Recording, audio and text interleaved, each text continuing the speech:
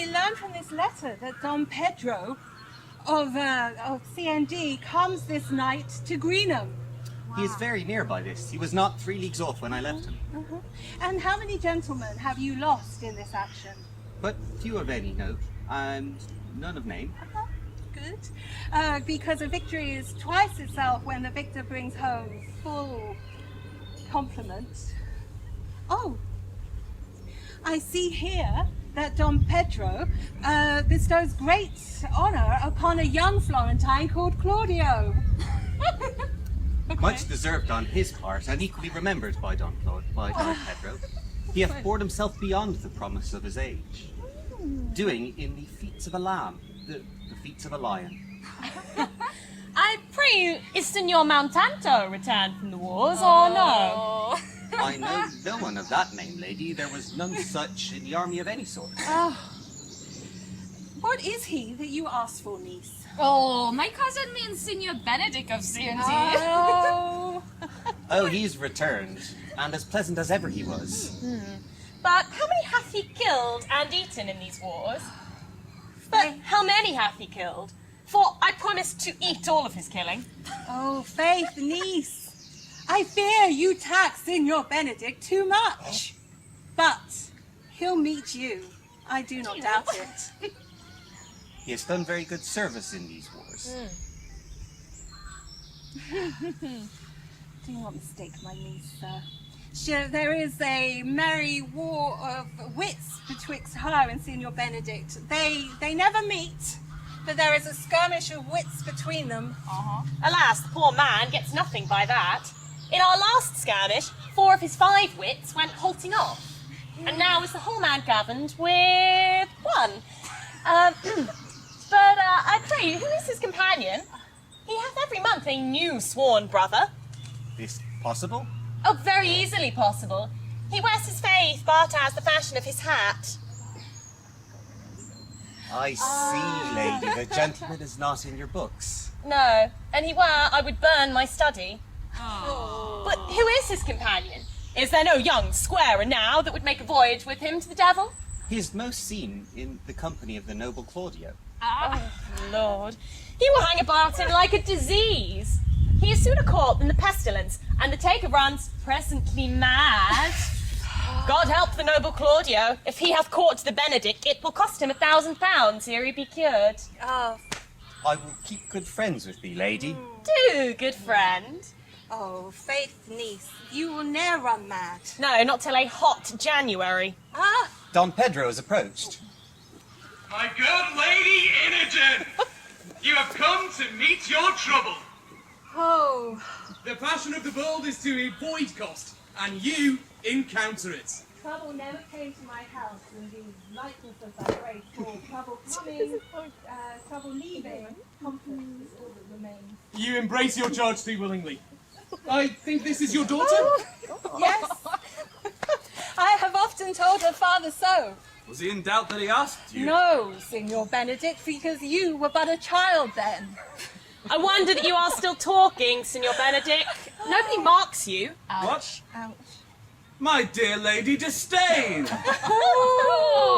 You yet living? Is it possible Disdain should die when she hath such meat food to feed it to Signor Benedict? Courtesy herself would convert to Disdain should you come in her presence. Then is courtesy a turncoat. But it is certain I am loved of all ladies. Only you accepted. And I would I could find in my heart that I had not a hard heart. For truly, I love none. A dear happiness to women.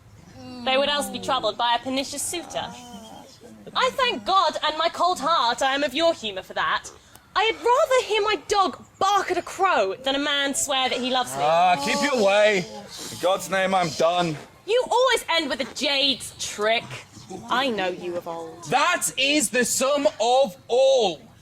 Signor Claudio, Signor Benedict, my good friend Imogen hath invited us to stay. I tell her we shall stay at least a month. Good. Oh, my lord, having been reconciled with the prince, your brother, I give you all honour.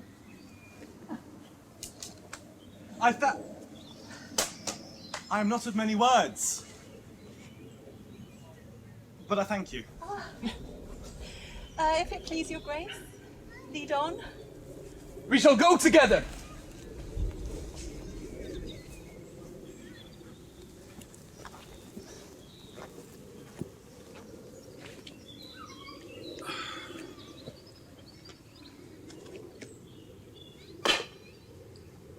Benedict? Didst thou know the daughter of Imogen? I noted her not, but I looked on her. Is she not a modest young lady? Do you question me, as an honest man should do, for my simple, true judgment? Or would you have me speak after my custom as being a professed tyrant to their sex? I pray thee speak in sober judgment. Why? I' faith, methinks she too low for a high praise, too plain for a fair praise, and too little for a great praise. Only this commendation can I afford her, that were she other than she is, she were unhandsome.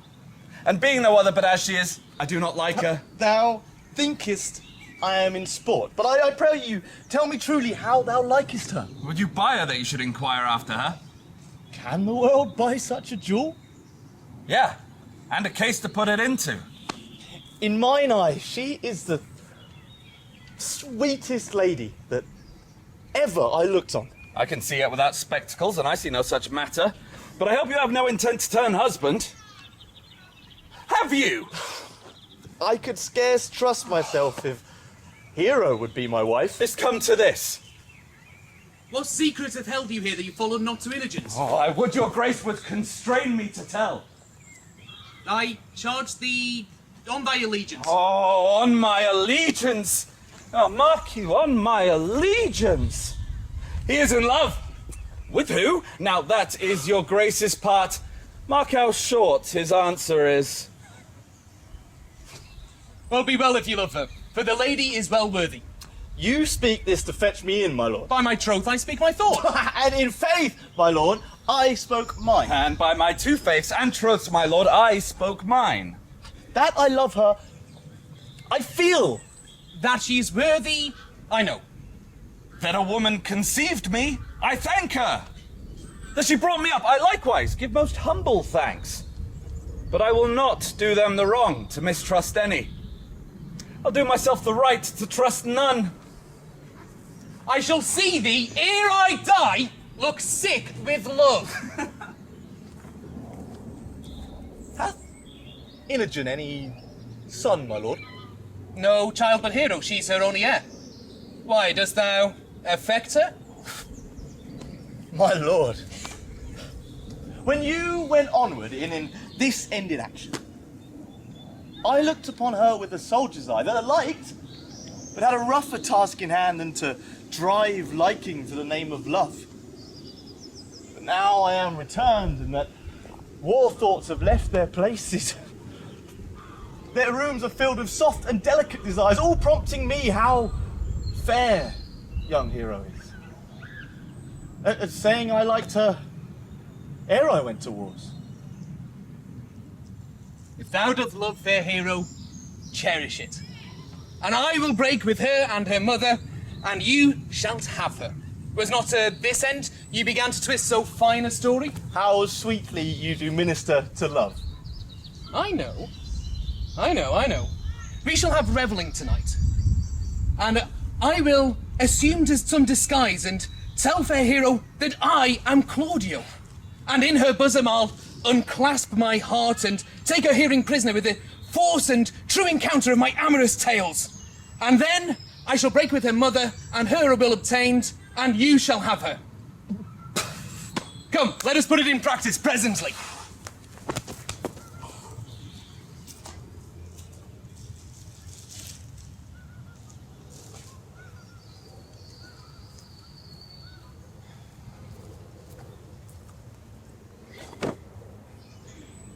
I cannot hide what I am.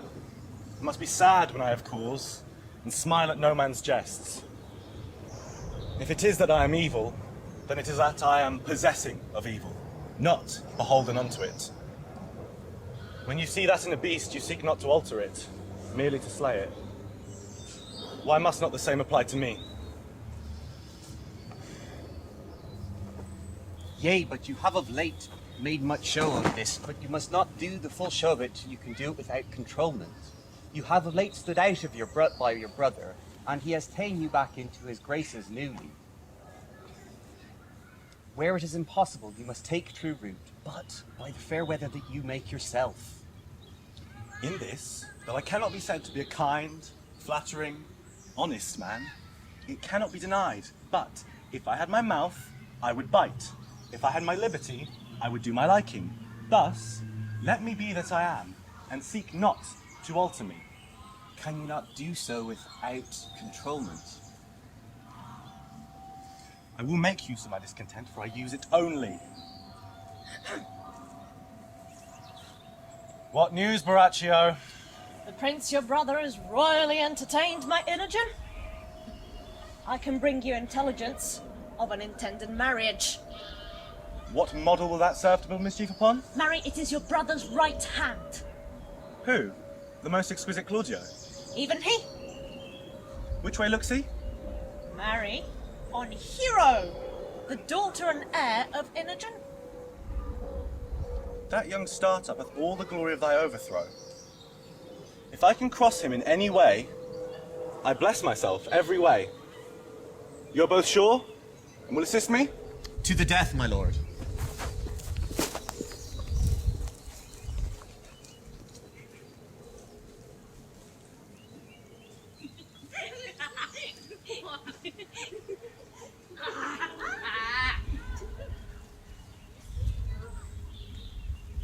Was not Count John here at supper? I saw him not. How tartly that gentleman looks. I never can see him, but I'm heartburned an hour after. Very melancholy disposition. Now, he were an excellent man that were made in the midway between him and Benedict. The one, too much like an image and says nothing. The other, too much like my lady's eldest son, ever more tattling. So, half Signor Benedict's tongue in Count John's face? Yes. And half Count John's face in Signor Benedict's tongue? God, I could not endure a man with a beard on his face. Oh, niece, you may yet light upon a husband who hath no beard. And what should I do with him? Dress him in my apparel and make him my waiting gentlewoman? No. He that hath no beard is less than a man, and he that hath a beard is more than a youth. Him that is more than a youth is not for me, and him that is less than a man, I am not for him. I trust, niece, that you'll be ruled by your mother. Oh, yes, i' faith. It is my cousin's duty to make curtsy and say mother as it please you. And yet, for all that, cousin, let him be a handsome fellow, or else make another curtsy and say mother as it please me. The fault will be in the music, cousin, if you not be wooed in good time. The revellers are coming. Come, sister, let's make good room.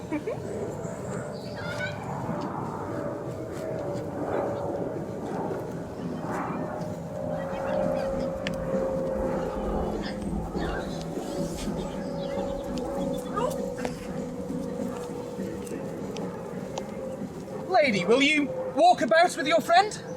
So you walk softly and you talk sweetly. I am yours for the walk, especially when I walk away. And with me in your company? I may so when I please. And when please it to you to say so.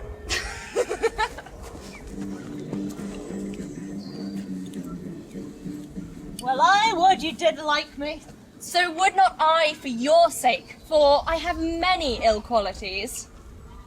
Which is one. I say my prayers aloud. I love you the better. Oh, God match me with a good dancer. Amen. And go keep him from my sight when the dance is done.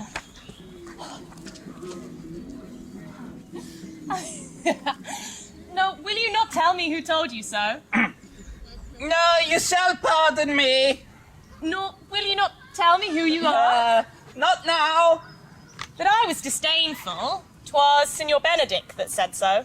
What's he? Oh, I'm sure you know the gentleman. Not I, believe me. Has he never made you laugh? I pray you, what is he? Why, he is the prince's jester. A very dull fool. Only his gift is in devising impossible slanders. None but libertines delight in him, and the commendation is not in his wit, but in his villainy. For he both pleases men and angers them. Then they laugh at him and beat him. Oh.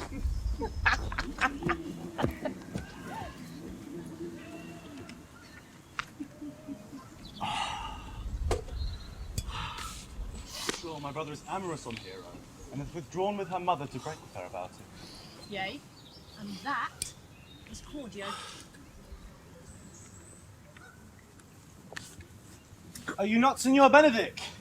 You know me well, I am he. Signor, you are very near my brother in his love. He's enamoured on Hero. I pray you dissuade him from her. How know you he loves her? I mean, I saw him swear his affection. So did I, and he swore that he would marry her tonight. Come, let us to the banquet.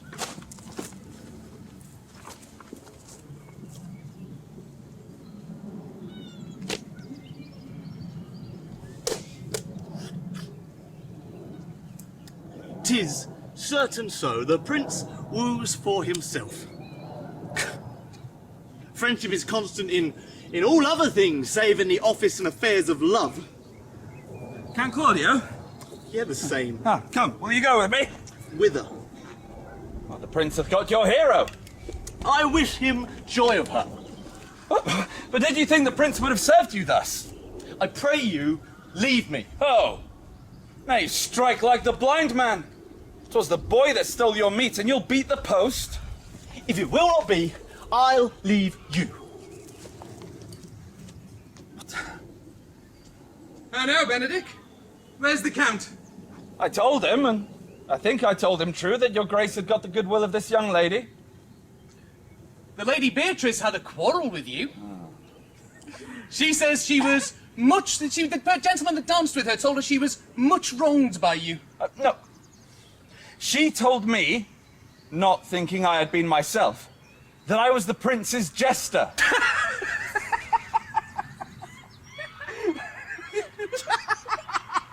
That I was duller than a great Thor, huddling jest upon jest with such impossible conveyance on me, that I stood like a man at a mark with a whole army shooting at me.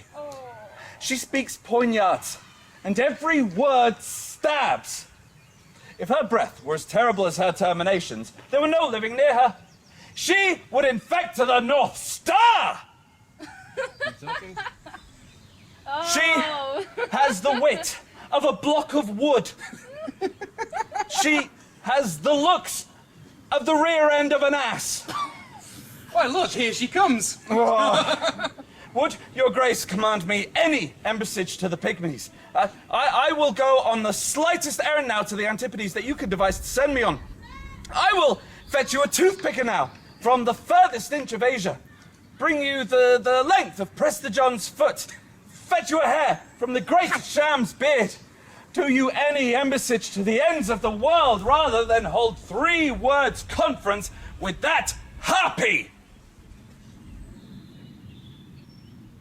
You have no employment for me? None, but to desire your good company. This is a dish I love not. I cannot endure my lady tongue. Come, lady, come. You have lost the heart of Signor Benedict. Indeed, my lord, he lent it me a while, and I gave him use for it. A double heart for his single one. Marry, once before he won it of me with false dice, therefore your grace may well say I have lost it. You have put him down, lady. You have put him down. So I would not he should do me, my lord, lest I should prove the mother of fools. I have brought Count Claudio, whom you sent me to seek. How now, Claudio? Wherefore art thou sad? Oh, not sad, my lord. Not sad, then angry? Neither, my lord. The Count is neither sad, nor sick, nor merry, nor well, but civil, Count. Civil as an orange. And something of that jealous complexion? In faith, I think your blazon to be true. But by my honour, his conceit be false. Come, Claudio, I have wooed Hero in thy name, and fair Hero is won. I have gained her mother's consent, named the day of marriage, and God give thee joy. Come, Claudio, take my daughter's hand.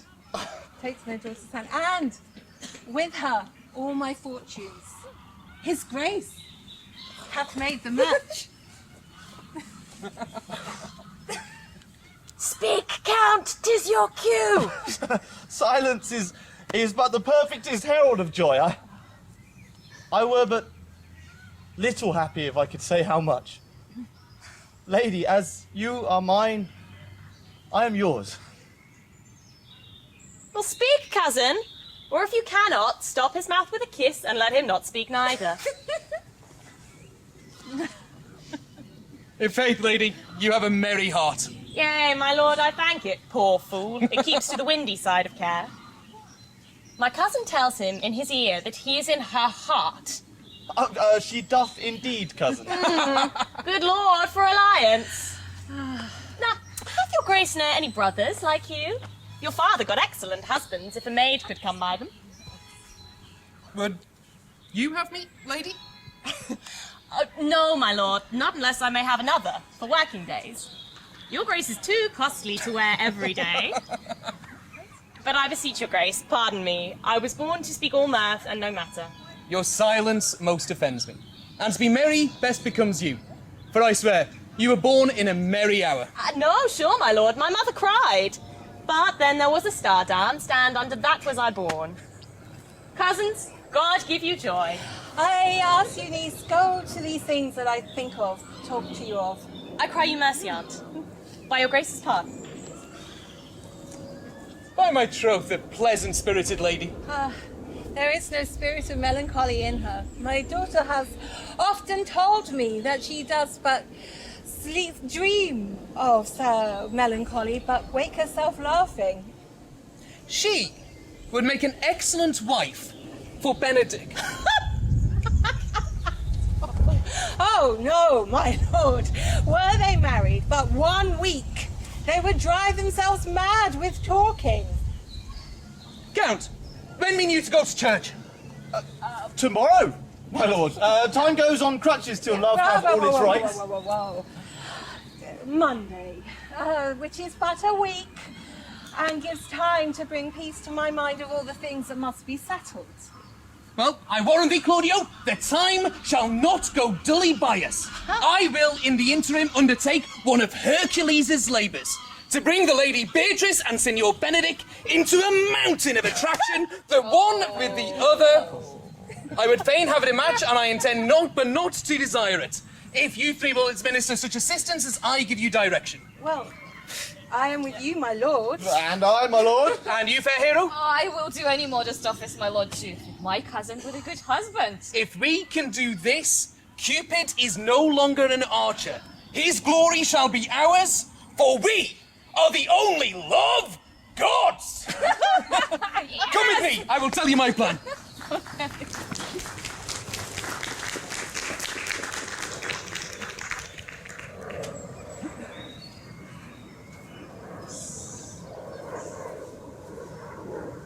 So it is true. Count Claudio shall marry the daughter of Imogen. Yea, my lord, but I can cross it.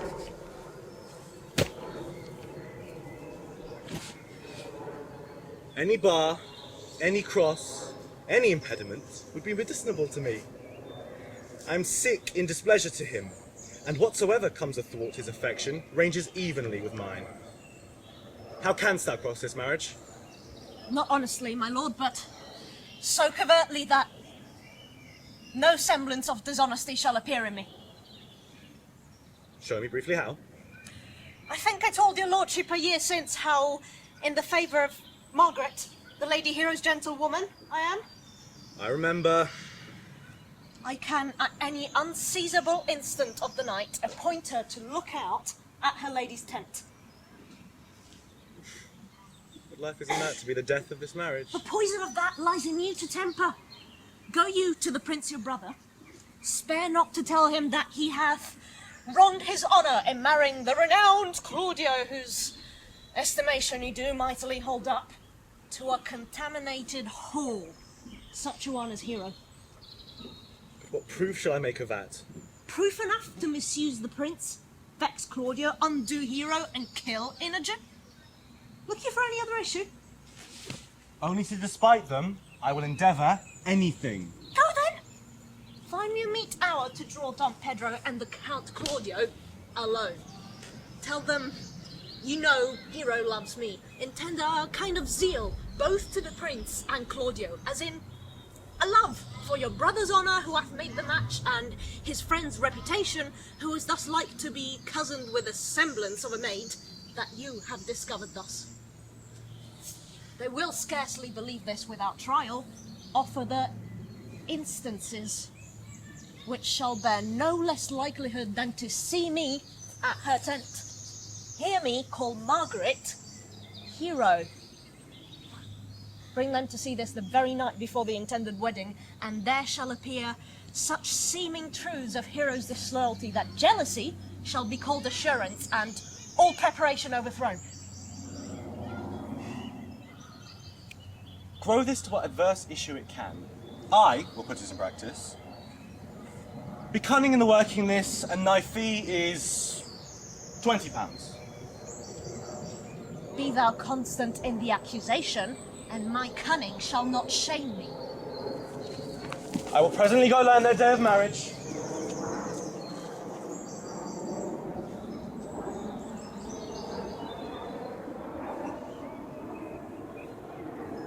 I do much wonder that one man, seeing how much another man is a fool when he dedicates his behaviours to love, will, after he hath laughed at such shallow follies in others, become the argument of his own scorn by falling in love.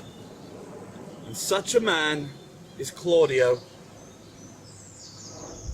Will I be so converted and see with these eyes? I cannot tell.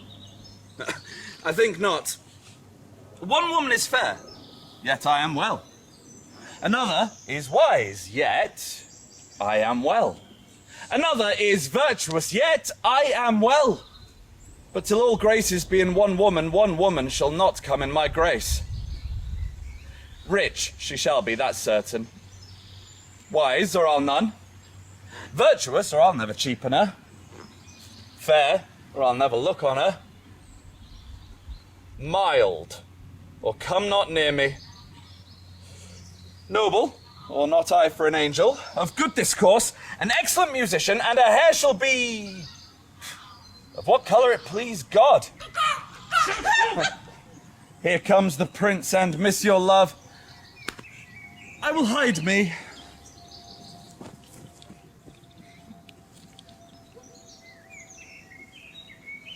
See you where Benedict hath hid himself. Oh, very well, my lord. Come, Inogen! What was it you told me? That your niece Beatrice was in love with Signor Benedict? Oh, I stalk on the Faucets. I did never think that lady would have loved any man. No. No, nor I neither. But most wonderful that she should. So dote on Signor Benedict, whom she hath in all outward behaviours seemed ever to abhor. It's possible. Okay. Right. By my troth, my lord, I cannot tell to what to think of it, but that she loves him with an enraged affection. It is past all infinite of thought. Maybe she doth but counterfeit. Oh, faith, like enough. Oh God, counterfeit? There was never a counterfeit of passion came so near the life of passion as she discovers it. Why? What effects of passion shows she? What effects? What effects? What effects? Ah, what effects, my lord? She sits you. My daughter told you all.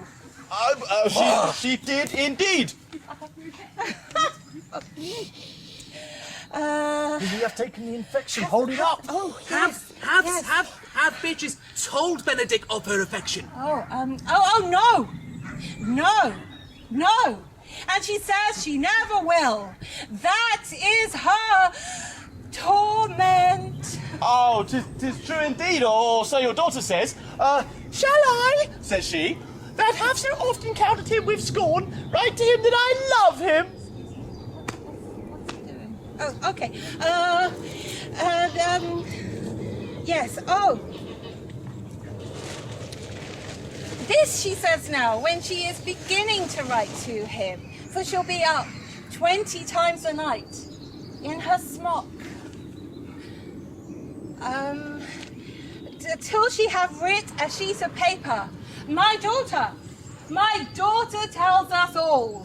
Now you talk of a sheet of paper. I remember a pretty jest your daughter told us of. Oh, yes. When she did write it, she did find Benedict and Beatrice between the sheets together. Oh, yes. Oh, that, yes. And, she tore the letter into 1,000 halfpence, railed at herself that she should be so immodest to write to one that she knew would flouter. I measure him, says he, right, by my own spirit, for I should flout him if he writ me, yea, though I love him, I should. Then, down upon her knees, she falls, weeps, sobs, beats her heart, tears her hair, prays, curses. Oh, sweet Benedict, God give me patience!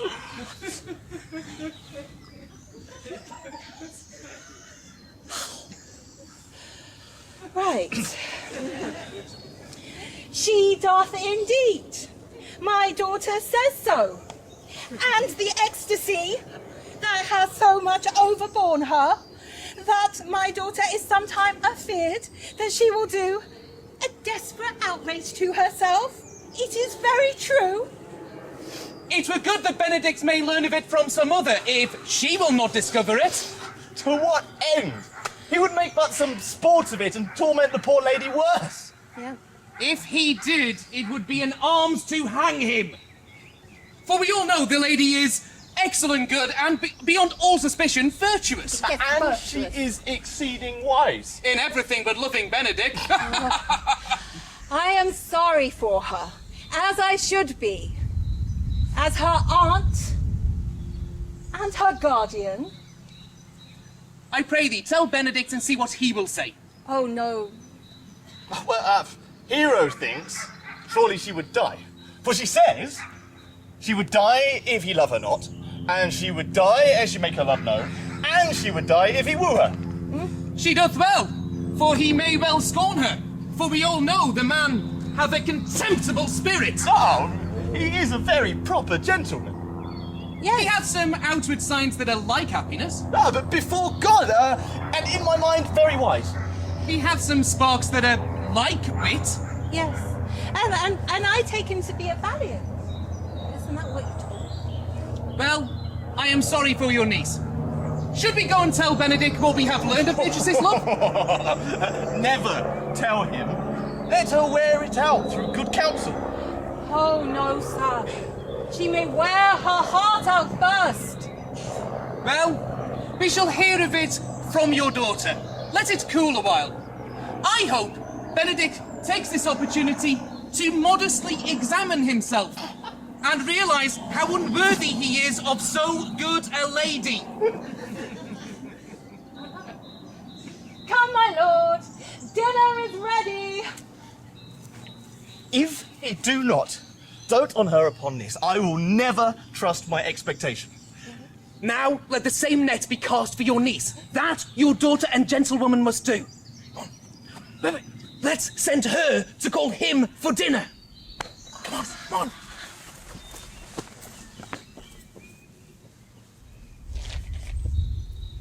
This can be no trick. The conference was sadly born. They have the truth of this from Hero. They seem to pity the lady. Seems her affections have their full bent. Love me. Why? It must be requited. Oh. They say the lady will rather die than give any sign of affection. I did never think to marry. I must not seem proud. Happy are they that hear their detractions and can put them to mending. They say the lady is fair. 'Tis a truth, I can bear them witness.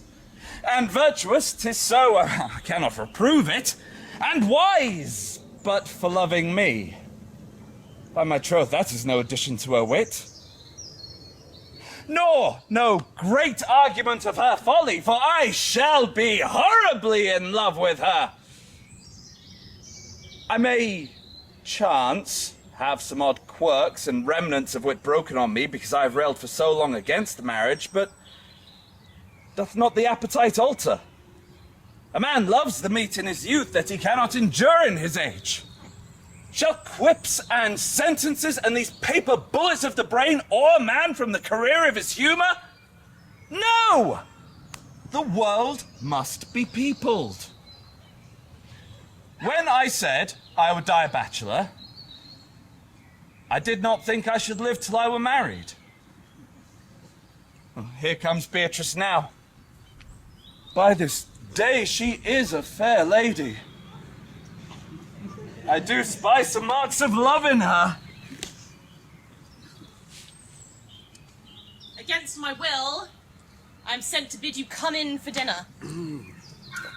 Fair Lady Beatrice, I thank you for your pains. I took no pains for these thanks, and you took pains to thank me. If it had been painful, I would not have come. You take pleasure, then, in the message? Yea, just so much as you may take upon a knife's point.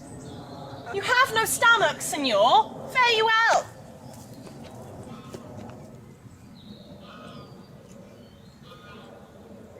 Against my will, I am sent to bid you come into dinner. There's a double meaning in that. I take no more pains for those thanks than you take pains to thank me. Well, that's as much as to say that any pains I take for you are as easy as thanks.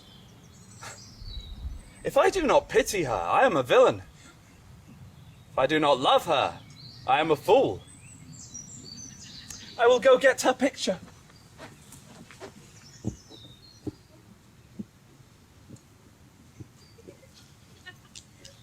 Now, Margaret, when Beatrice does come, as we do trace this alley up and down, our talk must only be of Benedict.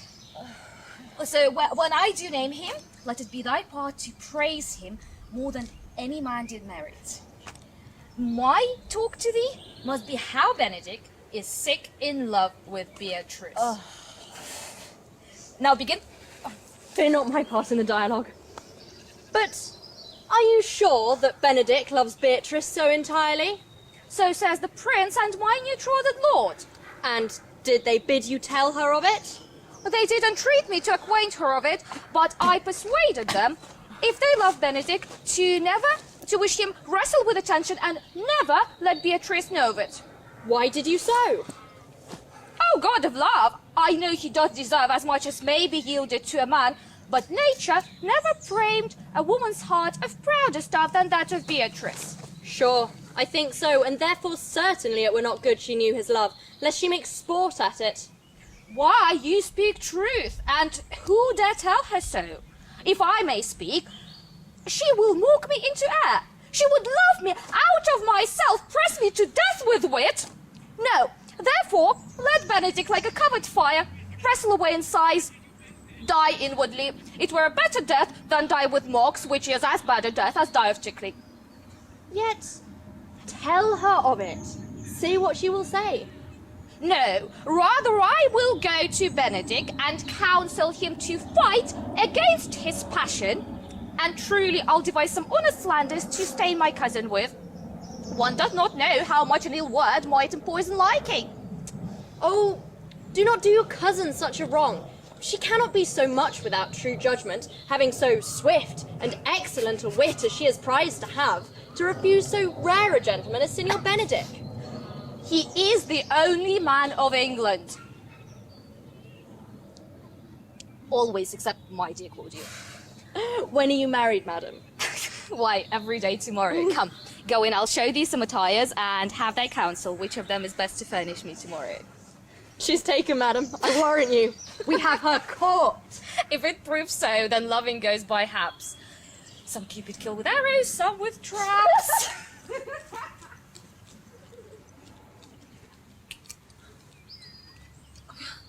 What fire is in mine ears? Can this be true?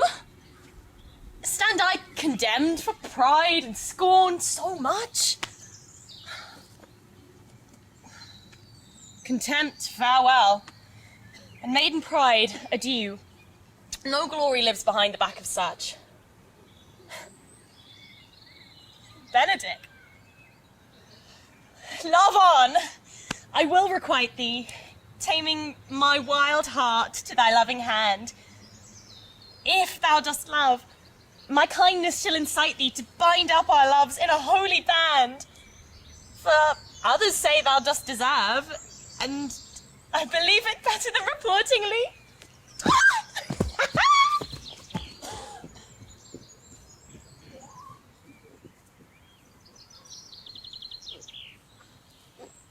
I will stay until your marriage be consummate. Then I must return to London. I will bring you thither if you'll vouchsafe me. Gallants! I am not as I have been.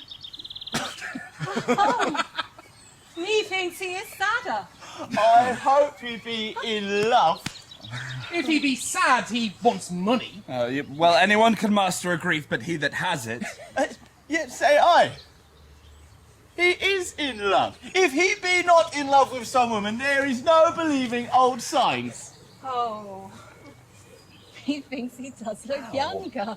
No, the note is his melancholy. And when was he want to wash his face? Or to put paint his face, although we know what they say about him. And nay, but his jesting spirit is now crept into a lute string and now governed by stops. Oh, it hangs most heavy on him. Conclude. He is in love. Nay, but I know who loves him. I would know that too, I wager. Madam, walk aside with me. I've studied 8 or 9 wise words that I would speak to you, which these hobby horses must not hear. Oh, upon my life, to break with him about Beatrice! Oh, 'tis certain so. By this, Hero and Margaret have played their part with Beatrice.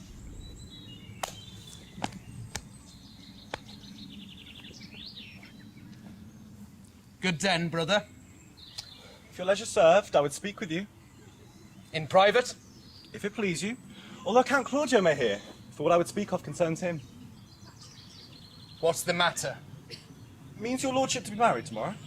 You know he does. I know not that, when he knows what I know. If there be any impediment, I pray you discover it. Signor, you may think I love you not. Aim better at me by that I will now manifest. Okay? For my brother, I think he holds you well, and in dearness of heart hath holp to effect your ensuing marriage. Surely, suit ill spent and labour ill bestowed. Why? What's the matter? I came hither to tell you, and circumstances shortened, for she has too long been the talking of. The lady is disloyal. Who? Hero. Even she. Your hero. Imogen's hero. Every man's hero. No! Disloyal? Disloyal? I would say she were worse. Think you a worse title? Whore, vixen, Jezebel? And I would but fit it to her. Come but with me tonight, and you shall see her chamber window entered even the night before her wedding day. Tomorrow, if you love her then, wed her. But it would better suit your honour to change your mind. May this be so. I will not think it. Come, I will show you enough, and when you've seen more and heard more, proceed accordingly. If I see anything tonight why I should not marry her tomorrow in the congregation where I should wed, there will I shame her. And as I wooed for thee to obtain her, I'll join thee to disgrace her.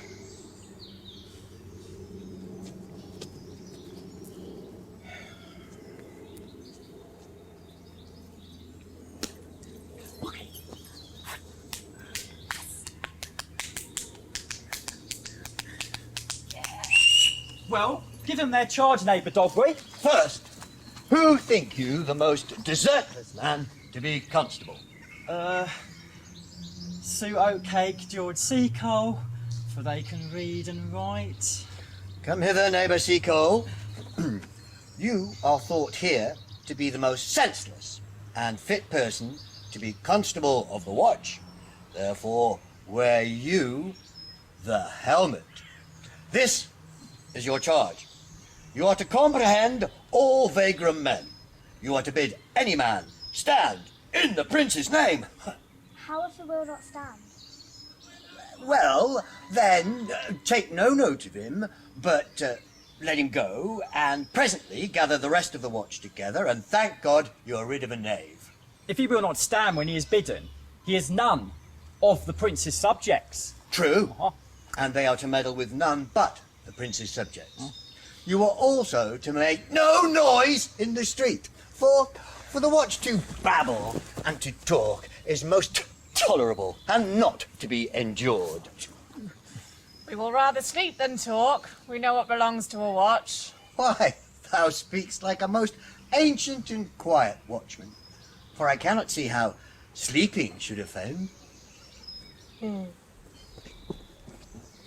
Well, you are to call at all the alehouses and bid those that are drunk get them to bed. How if they will not? Well, then let them alone until they are sober. If they not then give you the better answer, you may say they are not the men you took them for.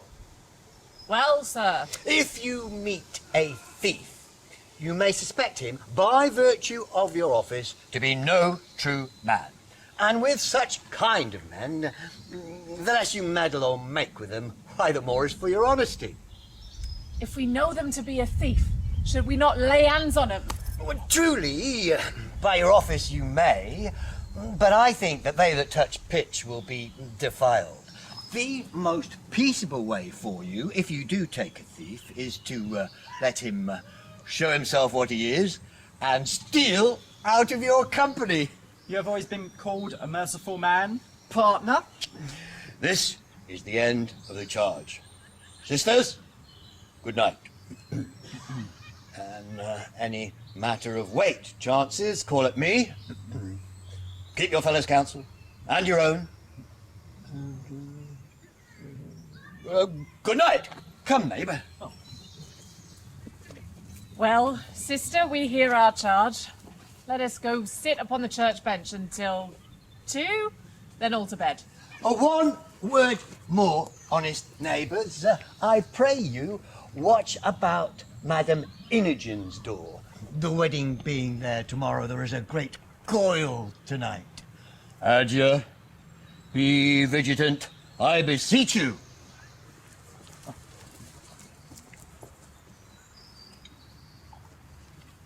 Conrad? Peace! Stir not! What? Conrad? Here, woman, by your elbow. Now on with thy tale. Some treason, sister, yet stand close.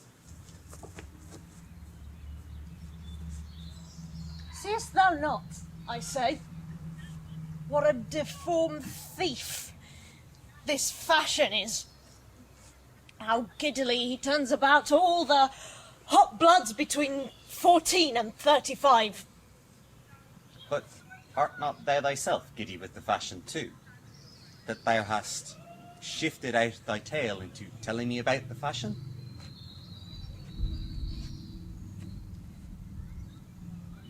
Know you that I have tonight wooed Margaret, the Lady Hero's gentlewoman, by the name of Hero? She leans me out at her tent, bids me 1,000 times good night, I tell this tale vilely. Firstly, I should tell thee how the Prince Claudio and my master, planted and placed and possessed by my master, did see afar off the orchard this amiable encounter. And thought they Margaret was hero?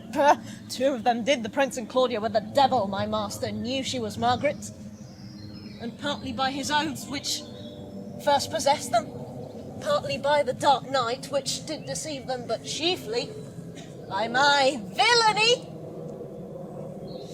which did confirm any slander Don John had made.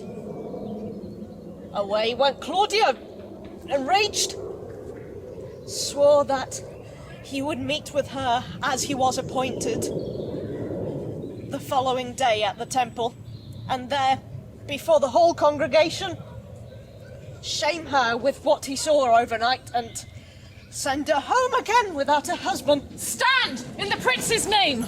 Call up the right master constable. We here have recovered the most dangerous piece of lettering that was ever known in the Commonwealth. Masters! Ah, never speak. We charge you, let us obey you to go with us.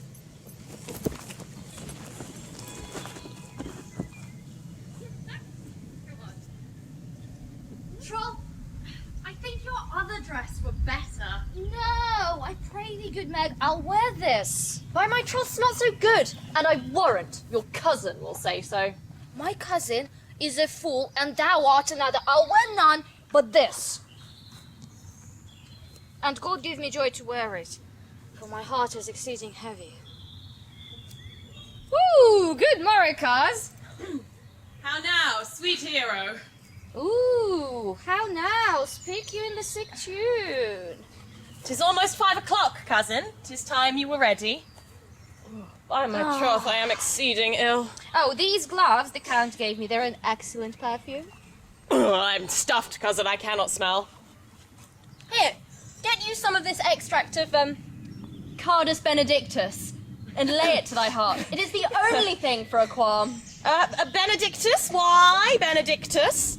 You have some moral in this, Benedictus? Moral? No, by my troth, I have no moral meaning. I mean plain holy thistle.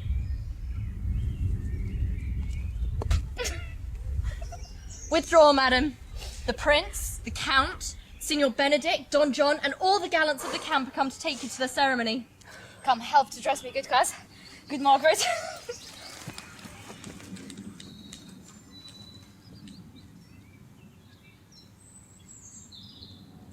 What would you with me, my good friend? Madam, I would have some confidence with you that discerns you nearly. What? You can see I'm busy.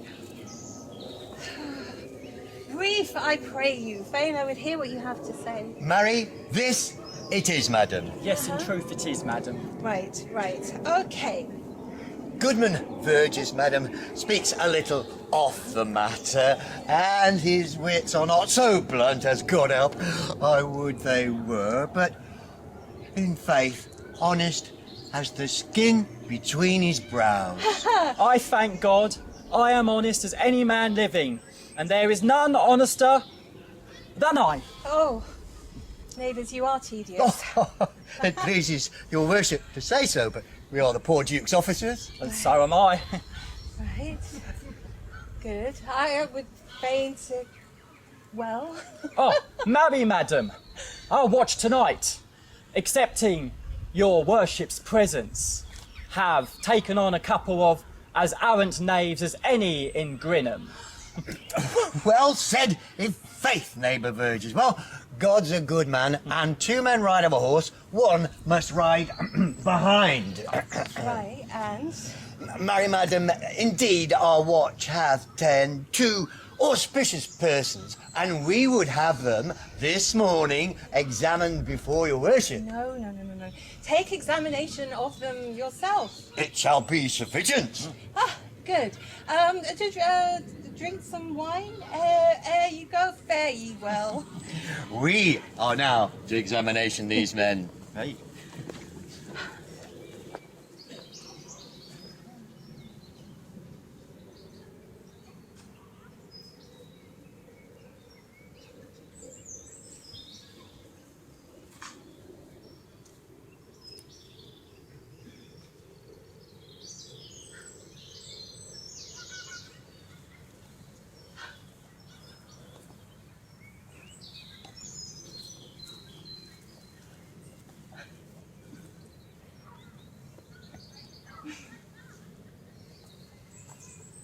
You come hither, my lord, to marry this lady? No.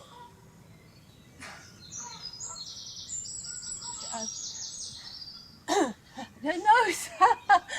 Friar, you do not come to marry this lady, you do come to marry them. Well, my lady, you come to be married to this count? I do. If either of you know any inward impediment why you should not be conjoined, charge you on your souls to utter it. Know you any hero? None, my lord. Or know you any count? Oh, I dare to make his answer. None. Oh, what men dare do, what men may do, what men daily do without knowing what they do. How now? Stand ye by, Friar. Mother, by your leave, will you, with free and unconstrained soul, give me this maid, your daughter? Yes, as freely as God gave her me. And what am I to give you back again, whose worth may counterpoise this rich and precious gift? Nothing. Unless you render her again. Sweet prince, you learn me noble thankfulness. Here, Leonardo, take her back again. Give not this rotten orange to your friend. She's but the sign and semblance of her honour. Behold! How like a maid she blushes here. Would you not swear, all you, the look on her that she were a maid? By these exterior shows, but she is none. She knows the heat of a luxurious bed. Her blush is guiltiness, not modesty.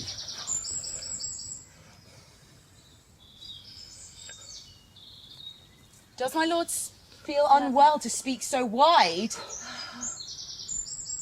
I mean, not to be married. Not to knit my soul to an approved wanton. Sir, if you by in this way have made an offence against her virtue and made it I know what you would say. If I know her, I know you will say she did embrace me as a husband and so extenuate the forehand sinner. No!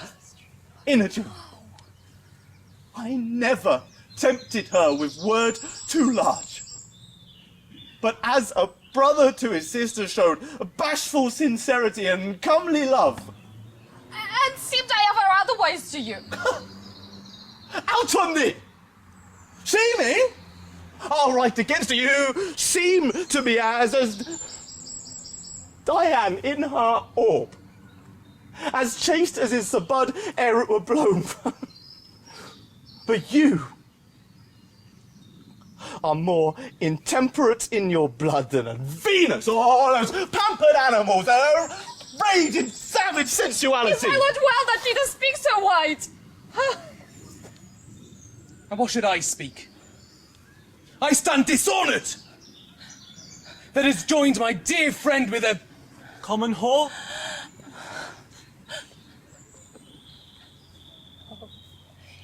Is it true? Are such things spoken? Oh, they are spoken, madam. These things are true. True! Oh, God. Imogen, stand I here. Is this the prince? Is this the prince's brother? Is this face heroes? Are our eyes our own? It's true. It's true. Let me move but one question to your daughter.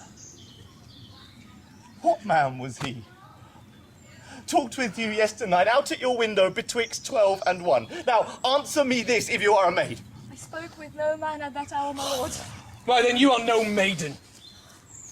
Imogen, I am sorry you must hear, but upon mine honour, myself, my brother, and this grieved count did see her, did hear her, at the very hour conversing with the ruffian at her chamber window, who had, like a liberal villain, confessed the vile encounters they've had 1,000 times in secret. Fie, my lord. They are not to be named, not to be spoken of.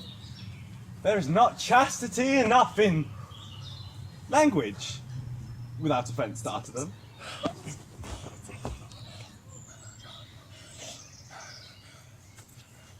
Thus, pretty lady, I am sorry for thy much misgovernment. Oh, hero. What a hero hadst thou been if half thy outward graces had been placed about thy thoughts or counsels of thy heart, but fare thee well, most foul, most fair. Farewell. Why on our hero, wherefore sink you down? What beauty is this? I have been the spark to set these things alight. How doth the lady? Dead, I think. Help, aunt! Signor Benedict Friar! Have comfort, lady. Oh, how now, sweet hero? Lady, have comfort. Does she look up? Yet wherefore should she not? Oh, wherefore does not everything in nature cry out shame upon her? Oh. She is fallen into a deep, dark well of ink, and there isn't enough water in all the seas to wash her clean again. Lady! Imogen, be patient. For my part in this, I am so attired in wonder, I know not what to say. Oh, on my soul, my cousin is belied! Lady, were you her bedfellow last night? Oh, truly. But until last night, I have this 12 months been her bedfellow. Confirmed. Confirmed. Lady, what man is he you're accused of? They do that. They know that do accuse me. I do not. If I know more of any man alive than that which maiden modesty may warrant, then let all my sins lack mercy. Madam, my mother, prove you that any man with me conversed at hours unmet, or that I yesternight maintained exchange of words with any creature, refuse me, hate me, torture me to death. Hear me a little, for I have only been silent so long, and given way unto this course of fortune. By noting of the lady, I have marked 1,000 blushing apparitions to start in her face, 1,000 innocent shames to beat away those blushes in angel whiteness. And in her eye there hath appeared a fire to burn the errors that these princes hold against her maiden truth. Father, it's so. Pause a while, and let my counsel sway you in this. Your daughter, the princess here, left for dead. Let her a while be secretly kept in, and publish it that she is dead indeed. But what would that do? Why? She, dying, as it must so be maintained, upon the instant that she was accused, shall be lamented, pitied, and excused of every hearer. For it so falls out that what we have, we prize not to the worth whilst we enjoy it. But being lacked and lost, why, then we rack the value. Then we find the virtue that possession could not show us whilst it was ours. So will it fare with Claudio. When he hears the lady died upon his words, the idea of her life shall sweetly creep into his study of imagination, and every lovely organ of her life shall come apparelled in more precious habit, more moving, delicate, and full of life, into the eye and prospect of his soul than when she lived indeed. Then shall he mourn, and wish he had not so accused her, no, though he thought his accusations to be true. But if all aim but this be levelled false, the supposition of the lady's death will quench the wonder of her infamy. Lady, let the friar advise you in this. And though you know my inwardness and love is very much unto the prince and Claudio, yet by mine honour, I will deal in this as secretly and justly as your soul should with your body. If this is true, then those who have dishonoured her will hear of it. No matter. 'Tis well consented. Come, lady, die to live. This wedding day perhaps is but prolonged. Have patience and endure.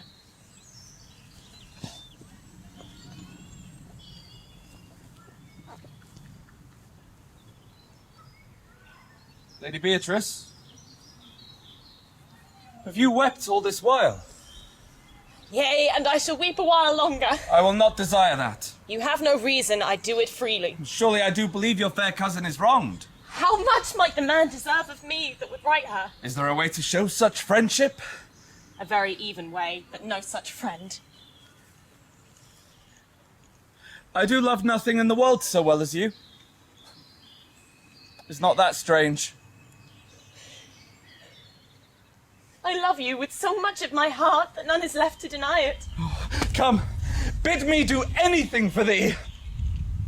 Kill Claudio. Huh? Not for the wide world. You kill me to deny it, fare you well. Beatrice! I will go, though I am here. There is no love in you. I pray you let me go. Beatrice! I beg, I will go. We'll be friends first. You dare easier be friends with me than fight with mine enemy. Is Claudio thine enemy? Is he not approved in the height, a villain that hath slandered, scorned, dishonoured my kinswoman? Oh, that I were a man. What, bear her in hand until they come to take hands, and then with public accusation, uncovered slander, unmitigated rancour. Oh, God, that I were a man, I would eat his heart in the marketplace. Hear me, Beatrice! Sweet hero, she is wronged, she is slandered, she is undone. Beatrice! Oh, surely a princely testimony, a goodly count, Count Confect, a sweet gallant, surely. Oh, if I were a man for his sake, or that I had any friend would be a man for my sake. But manhood is melted into curtsies, valour into compliment, and men are only turned into tongues, and trim ones too. He is now as valiant as Hercules, that only tells a lie and swears it. Sweet Beatrice. I cannot be a man with wishing. Therefore I will die a woman grieving. By this hand I love thee. Use it for my love, some other way than swearing by it. Think you in your soul the Count Claudio hath wronged Hero? As sure as I have a thought or a soul. Enough. I am engaged. I will challenge him. As you hear of me, so think of me. Go. Comfort your cousin. I must say she is dead. And so farewell.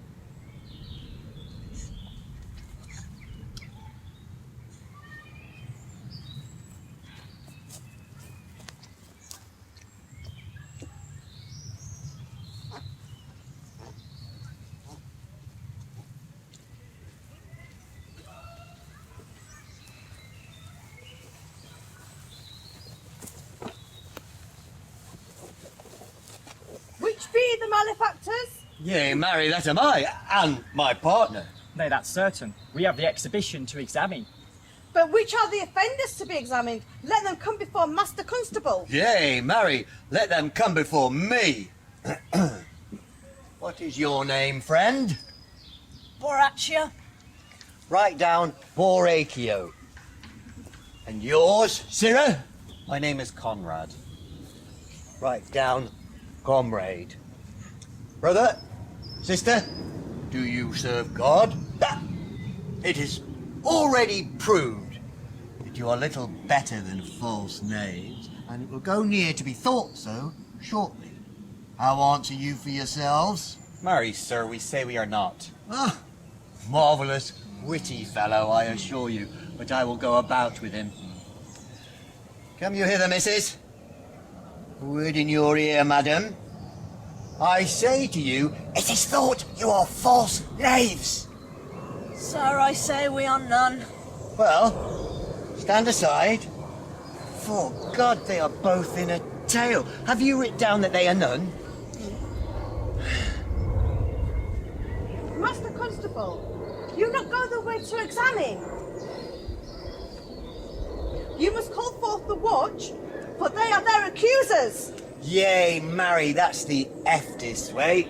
Let the watch come forth. I charge you, in the prince's name, accuse these fellows? This woman said, sir, that Don John, the prince's brother, was a villain. Write down Prince John a villain. Why, that's flat perjury to call a prince's Master brother. Constable. Prithee, young lady, peace. I do not like thy look, I promise thee. What else? Marry, that he had received £100 of Don John for accusing the lady hero wrongfully. Flat burglary, as ever was committed. What else? And This that is Count all. Claudio did, by these words, mean to accuse Hero before the whole assembly and not to marry her. Oh, villain, thou wilt be condemned into everlasting redemption for this. What else? This is all. Right. Master Constable, bound these offenders and take them to Imogen. I shall go forth now and show her the examination. Let them be in the hands. Off, coxcomb. God's truth. Where's the sexton? Let her write down Prince's officer, coxcomb. Come, bind them. Thou naughty varlet. Away! You are an ass. You are an ass.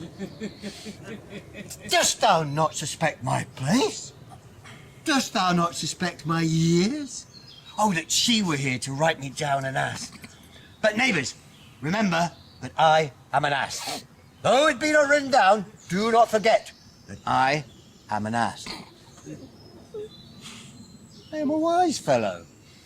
And which is more, an officer. And which is more, a householder. And which is more, as pretty a piece of flesh as any in Greenham Common. And one that those the law go to. And a rich fellow enough. Go to. Bring him away. Oh, that I had been writ down an ass.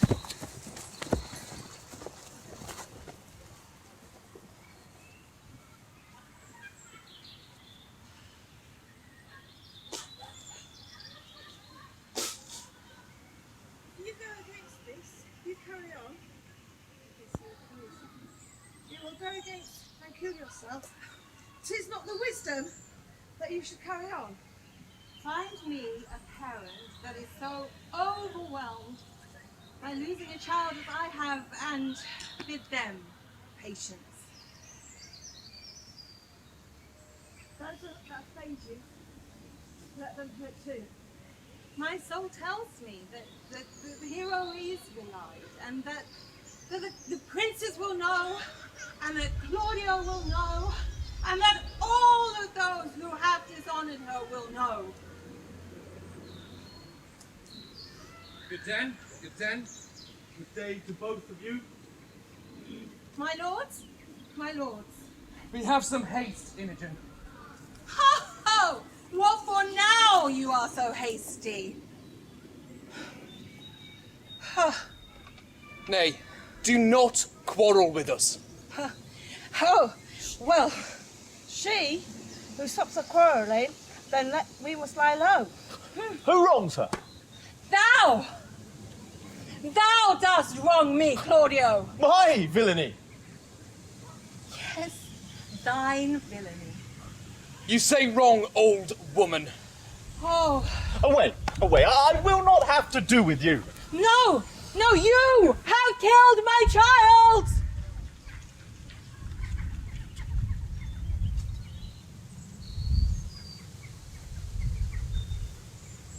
My heart is sorry for your daughter's death. But by my honour, she was accused of nothing that was not true and very full of proof. My lord! I will not listen. No.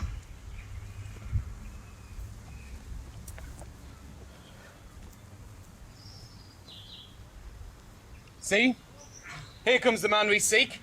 Good day, my lord. I've come to seek you both. We have been up and down to seek here.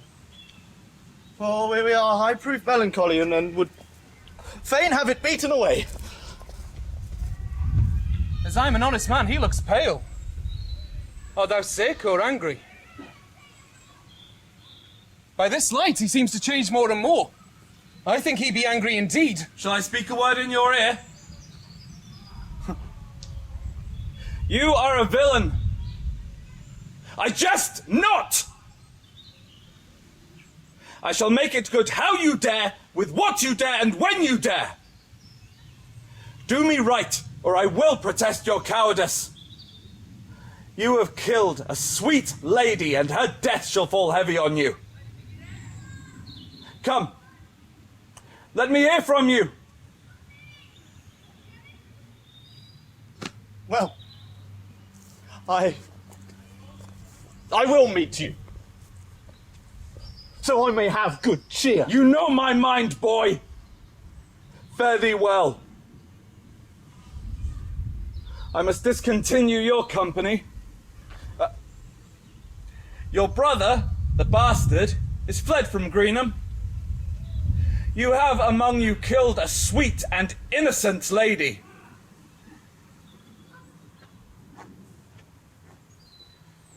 He is in earnest. Most profound earnest. And I'll warrant you for the love of Beatrice. And hath challenged thee. Most sincerely. But soft my heart. Did he not say my brother was fled? And how now? 2 of my brother's men bound?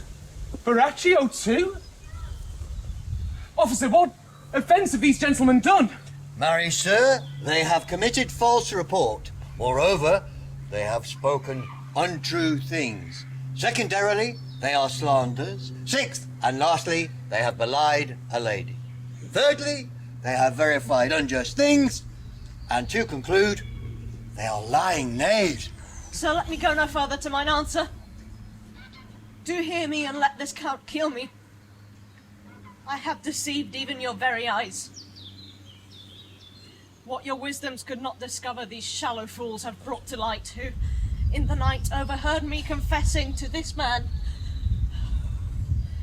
how Don John your brother incensed me to slander the lady hero, how you were brought into the orchard and saw me court Margaret in hero's garments, how you disgraced her when you should marry her. My villainy they have upon record, which I had rather seal with my death than repeat over to my shame. The lady is dead upon my masters and mine accusation. And briefly, I do desire nothing but the reward of a villain. Does not this speech send iron through your blood? I have drunk poison while she utters it. But did my brother set you on this action? Yea, and paid me richly for the practice of it. Oh, he is composed and framed a treachery! And fed you through villainy! Oh, sweet hero. Now thy image doth appear in the rare semblance that I loved it first.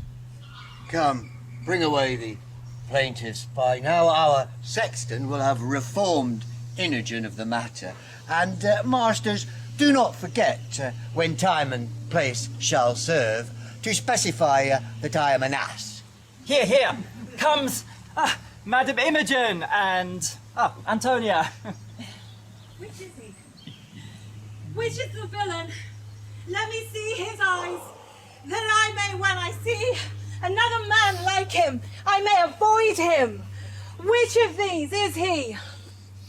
If you would know your wrong, look on me.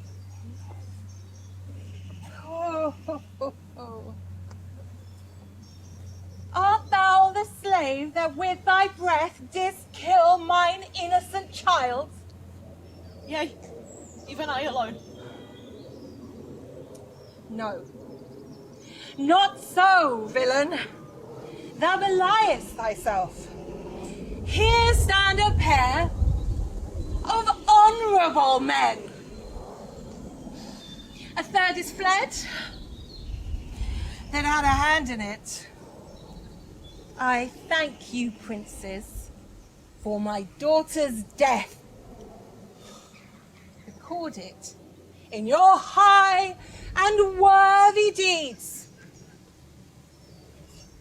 'Twas bravely done, if you bethink it. I know not how to pray your patience, but yet I must speak. Choose your revenge yourself. Impose me to what penance your invention can lay upon my sin. And I will bend under any heavy weight you would enjoin me to.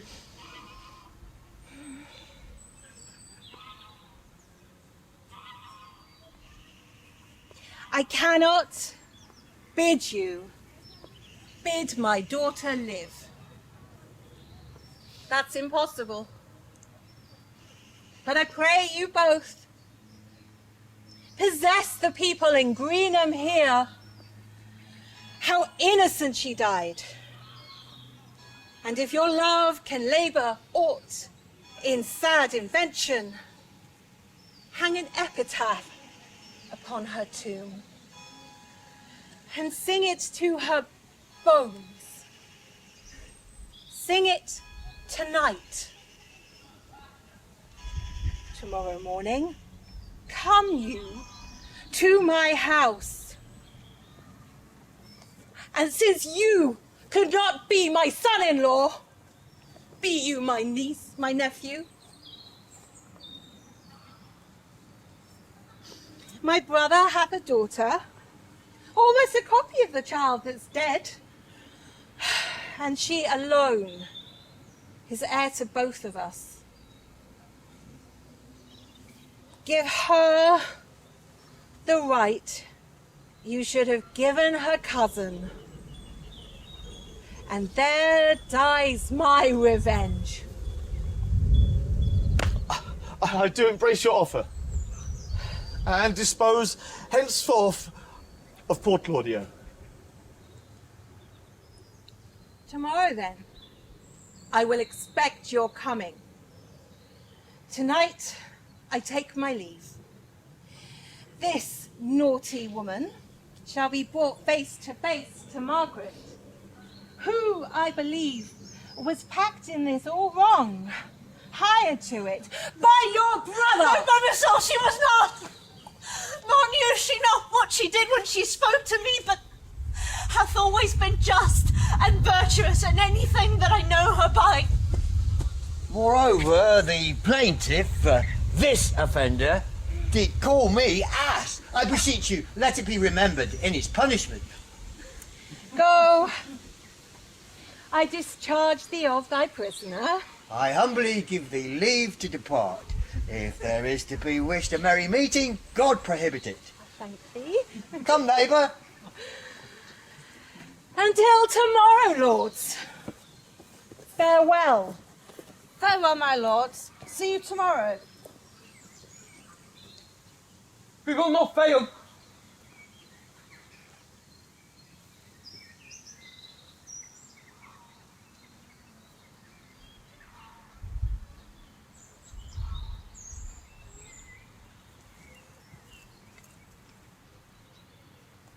Tonight I'll mourn with Hero.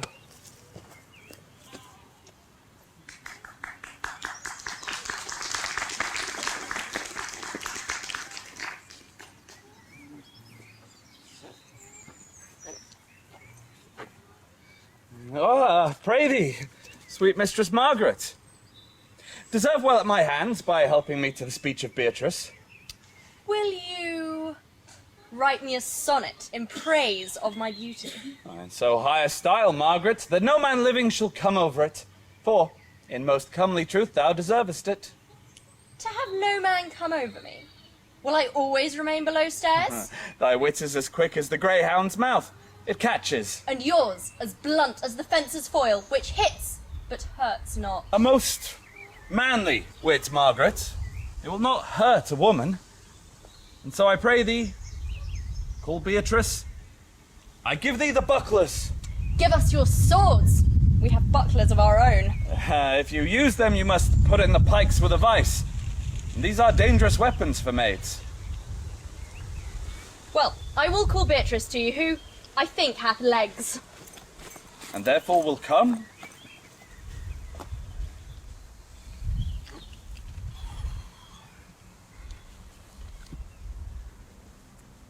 The god of love that sits above and knows me.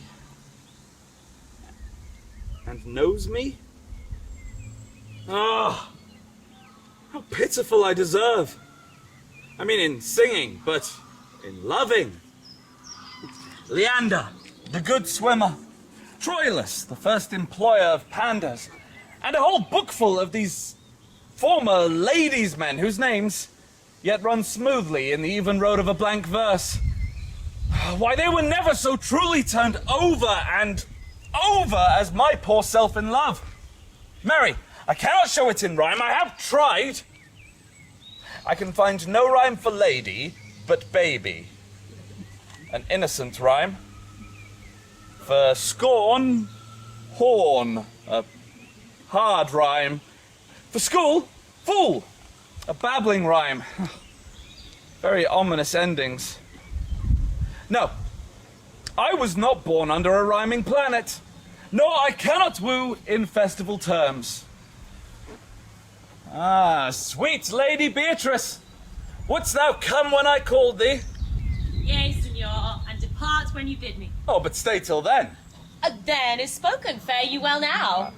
But ere I go, let me not go without knowing which I came. That is, with knowing what passed between you and Claudio. Only foul words, and thereupon will I kiss thee. Foul words is but foul wind. Foul wind is but foul breath, and foul breath is noisome. Therefore, I will depart unkissed. Thou hast frighted the word out of his right sense, so forcible is thy wit. But I must tell thee plainly, Claudio undergoes my challenge. And either I must shortly hear from him, or I will subscribe him a coward. And now, tell me, for which of my bad parts didst thou first fall in love with me? For all of them together, Oh. which maintained so politic a state of evil that they would not admit any good parts to intermingle with them. But for which of my good parts did you first suffer love for me? Suffer love? A good epithet. I do suffer love indeed, for I love thee against my will. In spite of your heart, I think. If you will spite it for my sake, I will spite it for yours. For never can I love that which my friend hates. Thou and I are too wise to woo peaceably. It appears not in this confession. And now tell me, how does your cousin? Very ill. And how do you? Very ill, too. Madam! You must come to your aunt. It is proved that my lady hero is greatly wronged. The prince and Claudio mightily abused, and Don John is the author of all, who is fled and gone. Will you come presently? Will you go, senor, to hear this news? I will live in thy heart, die in thy lap, and be buried in thine eyes. And moreover, I will go with thee to thy uncle's.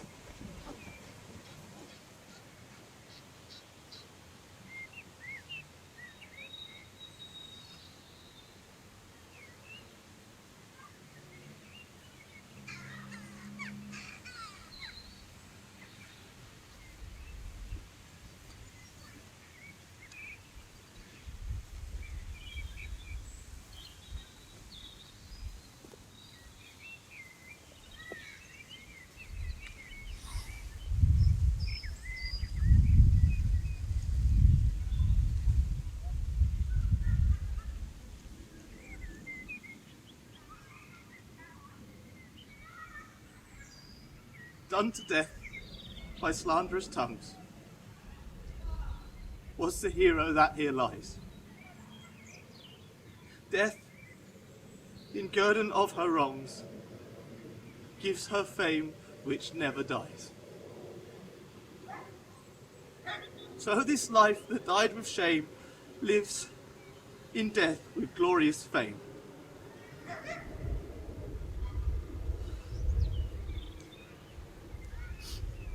Hang thou there, upon the tomb.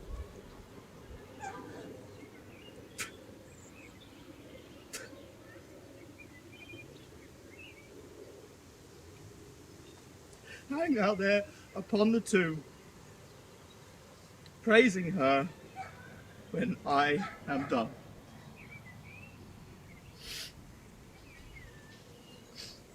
Now, unto thy bones good night.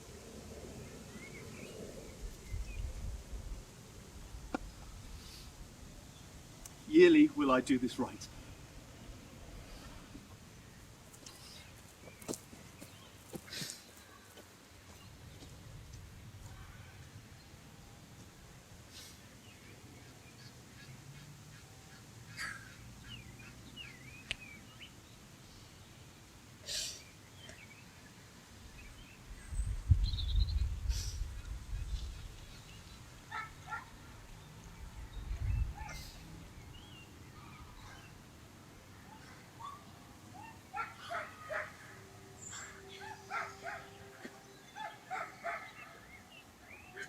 Did I not tell you she was innocent?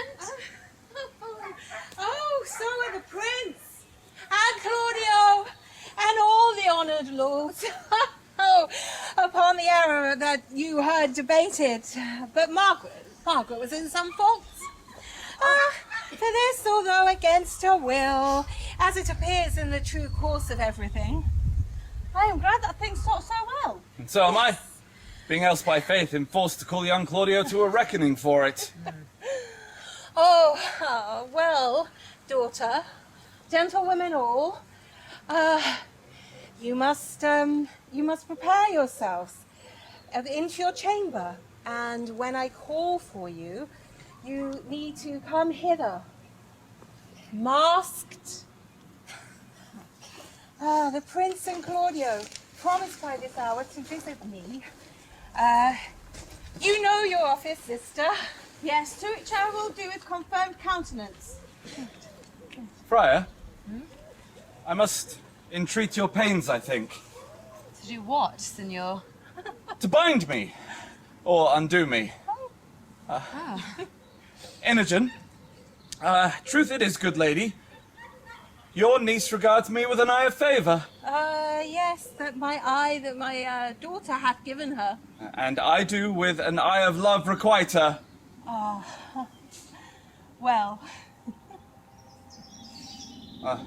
Your answer, madam, is enigmatical. Indeed. But for my will is that your goodwill may stand with ours this day to be conjoined in a state of honourable marriage, in which, good friar, I will need your help. Well, my help is yours. And my heart is with you. Oh.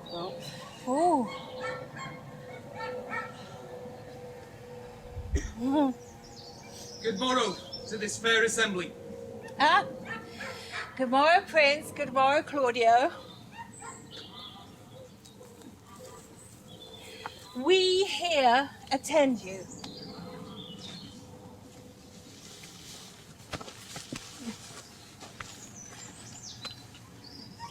Are you yet determined today to marry my niece? Which is the lady I must seize upon? This is she, and I give her so. Why then she's mine. Sweet. Let me see your face. Oh, no, not until you have taken her hand and sworn that you will marry her. Give me your hand. Before this holy friar, I am your husband, if you like of me. And when I lived, I was your other wife. And when you loved, you were my other husband. Another hero. One hero died defiled, but I do live. And truly, as I live, I am a maid. The former hero. Hero that was dead. All this amazement can I qualify when after that the holy rites are ended. I'll tell you largely of fair hero's death. Soft, fair friar, which is Beatrice? I answer to that name. Do not you love me? Why, no more than reason. Ouch. Why, then your aunt and the prince and Claudio are much deceived, for they swore you did. Do not you love me? Truth? No. No more than reason. Well then, my cousin and Margaret and Ursula were much deceived, for they did swear you did. They swore you were almost sick for me. They swore you were well nigh dead for me. Cousin! 'Tis no such matter. Then you do not love me? No, truly, but in friendly recompense. Oh, yeah. Cousin, I am sure you love this gentleman. And I'll be sworn upon it that he loves her, for here's a paper written in his hand. A haunting sonnet from his own pure brain, fashioned to Beatrice.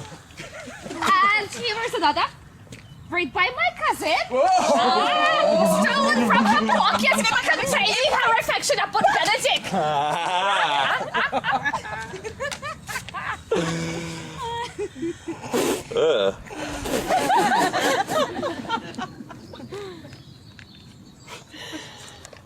A miracle. Our own hands against our hearts. Come, I will have thee. But by this light I take thee for pity. I would not deny you, but by this good day I yield under great persuasion, and partly to save your life, for I was told you were in a consumption. Peace. I will stop your tongue. Yay! How dost thou, Benedict, the married man? Let's have dancing. There we are married. That we may lighten our own hearts and our wives' heels. Prince, thou art sad. Get thee a wife.